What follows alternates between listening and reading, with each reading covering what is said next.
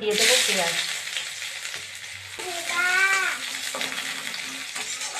এবারে দিয়ে দেবো পিস করে কেটে রাখা বেগুনের টুকরো।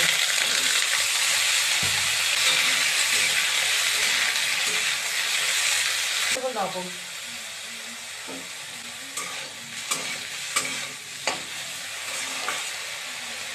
এগুলো নরম হয়ে গেছে। এইবারে দিয়ে দেবো নিম পাতাগুলো।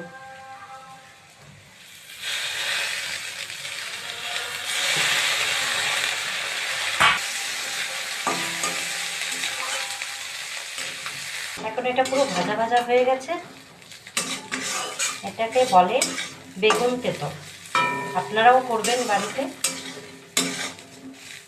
খুব মজার একটা রেসিপি।